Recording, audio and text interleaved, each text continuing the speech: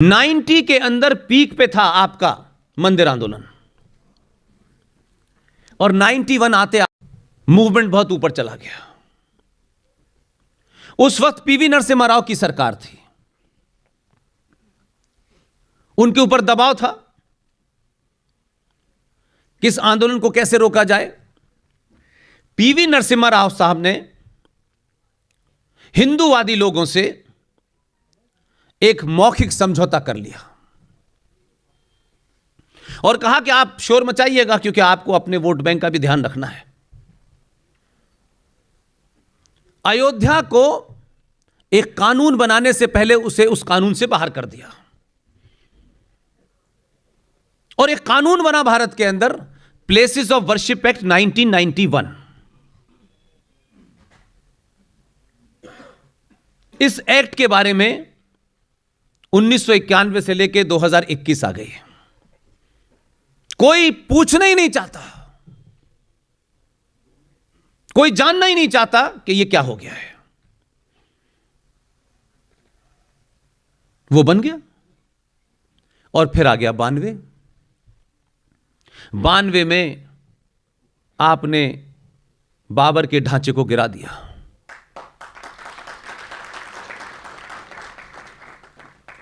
उन्होंने बाबर के ढांचे के गिरने पे शोर भी मचाया, दंगे भी किए और उस सरकार के ऊपर इतना दबाव बनाया कि इसकी कीमत, वो ये जानते थे कि इन खंडरों की कीमत भी हम अरबों खरबों में ले सकते हैं। उन्होंने उस कीमत पर यह नहीं कहा कि हमारे 2 मुसलमान भाइयों को नौकरी दे दीजिए, किसी को एमपी बना दीजिए। इतना छोटा सौदा कभी नहीं करते वो लोग, हम करते हैं इतना छोटा सौदा।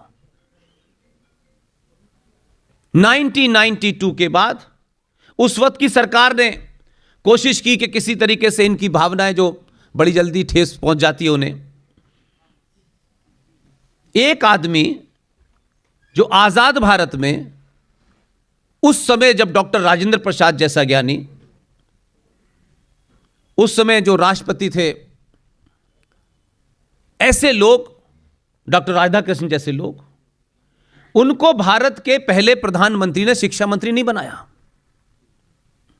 1888 में मक्का में पैदा हुआ एक आदमी 1902 में भारत आता है, बंगाल में रहता है, स्कूल नहीं गया, कॉलेज नहीं गया, विश्वविद्यालय नहीं गया, लेकिन वो भारत का 1947 से 1958 पहला देश का शिक्षा मंत्री रहता है, जिसका नाम है मौलाना अबुल कलाम आजाद।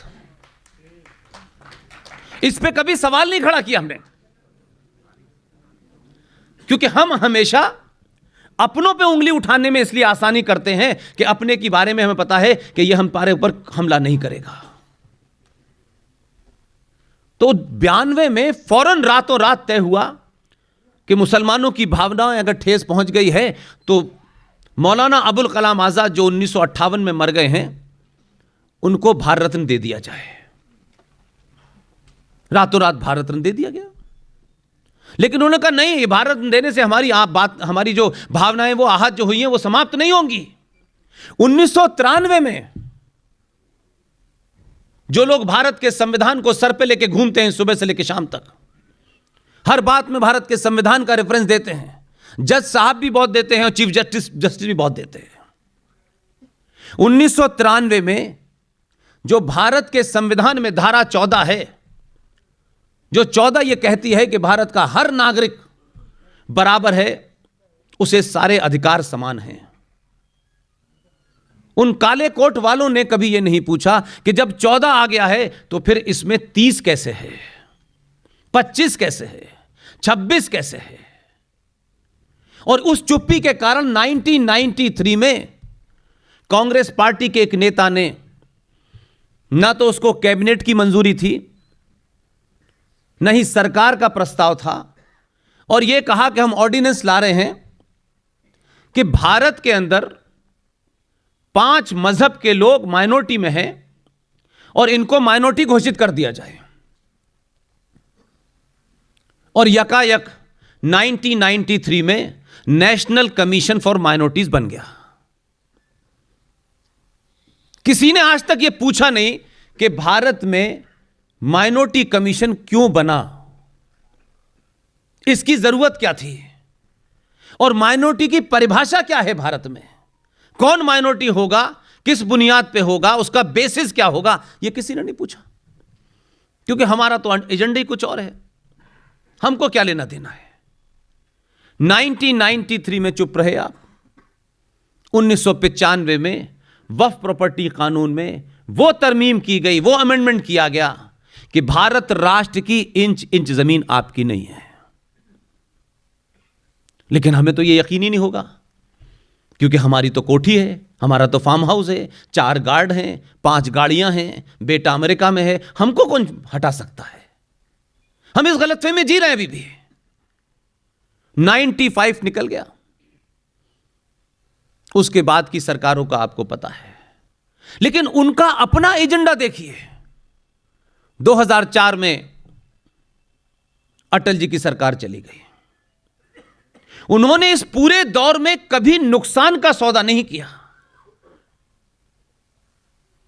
जो 1 जून 1949 को भोपाल में विलय करने में समय लगा, वो ये समझ गए थे कि इस देश में कैसे यहां के नेताओं को खरीदा जाए, कैसे बुद्धिजीवियों को खरीदा जाए, क्योंकि वे जानते थे कि उनकी गिनती इतनी नहीं है कि कभी संसद में वो 245 या 280 आएंगे, वो जानते थे।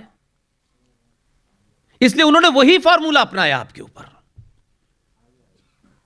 95 चला गया, जैसे ही उनकी 2005 में सरकार आई, ये मैं आपको इसलिए सिस्टम समझा रहा हूं ताकि जब मैं बताऊं तो आप समझ सके कि मैं आपको क्या कहना चाहता हूं, क्योंकि ये सारे तथ्य हैं, इसमें कोई ओपिनियन नहीं है, ये फैक्ट है। 2005 में भारत विभाजन के समय 2 लोग भारत आए, एक पाकिस्तान के पंजाब प्रांत के डिस्ट्रिक्ट चकवाल से आए और एक लाहौर से आए। लाहौर वाले दिल्ली हाई कोर्ट के चीफ जस्टिस बने और चकवाल से आने वाले देश के प्रधानमंत्री मनमोहन सिंह बने। 1905 में justice Rajendra Sachar Delhi high court के चीफ जस्टिस रिटायर हो चुके थे, क्योंकि ऊपर वालों का एजेंडा था कि एक बार यह सरकार आ गई है अटल जी की, अब यह दोबारा ना आए, इसका परमानेंट इंतजाम करो। तो ना कैबिनेट का फैसला, ना पार्लियामेंट का फैसला, यकायक यहां यह कहा गया कि भारत में मुसलमानों की आर्थिक स्थिति बहुत खराब है, बहुत दयनीय स्थिति है इनकी, इनके पास बिजनेस करने के भी पैसे नहीं है।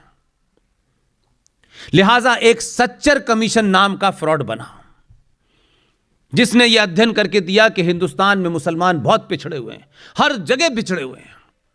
पता नहीं कौन सा पैमाना था, किस इंची टेप से उन्होंने नापा कि मुसलमान पिछड़े हुए हैं। और 2006 में सच्चर कमीशन की रिपोर्ट दे भी गई, न राष्ट्रपति के साइन हुए, न कैबिनेट का फैसला, न पार्लियामेंट में उसे अप्रूवल हुआ, लेकिन सच्चर कमीशन की रिपोर्ट के तहत 5,500 करोड़ का आज की डेट में बजट है, जो शुद्ध रूप से मुसलमानों को दिया जा रहा है। क्यों उनको टैक्स फ्री लोन देना, सॉरी ब्याज फ्री लोन्स देना है, धड़ल्ले से दे रहे हैं, हम तब भी चुपचाप बैठे रहे, हम बोलते ही नहीं, और हमको लगता है कि सब काम सरकार करेगी।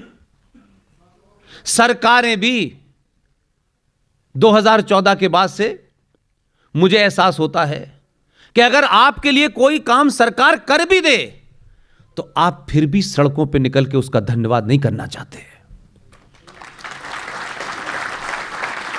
आप चाहते हैं ठीक है फेसबुक पे कर दिया, बड़ा एहसान कर दिया, क्या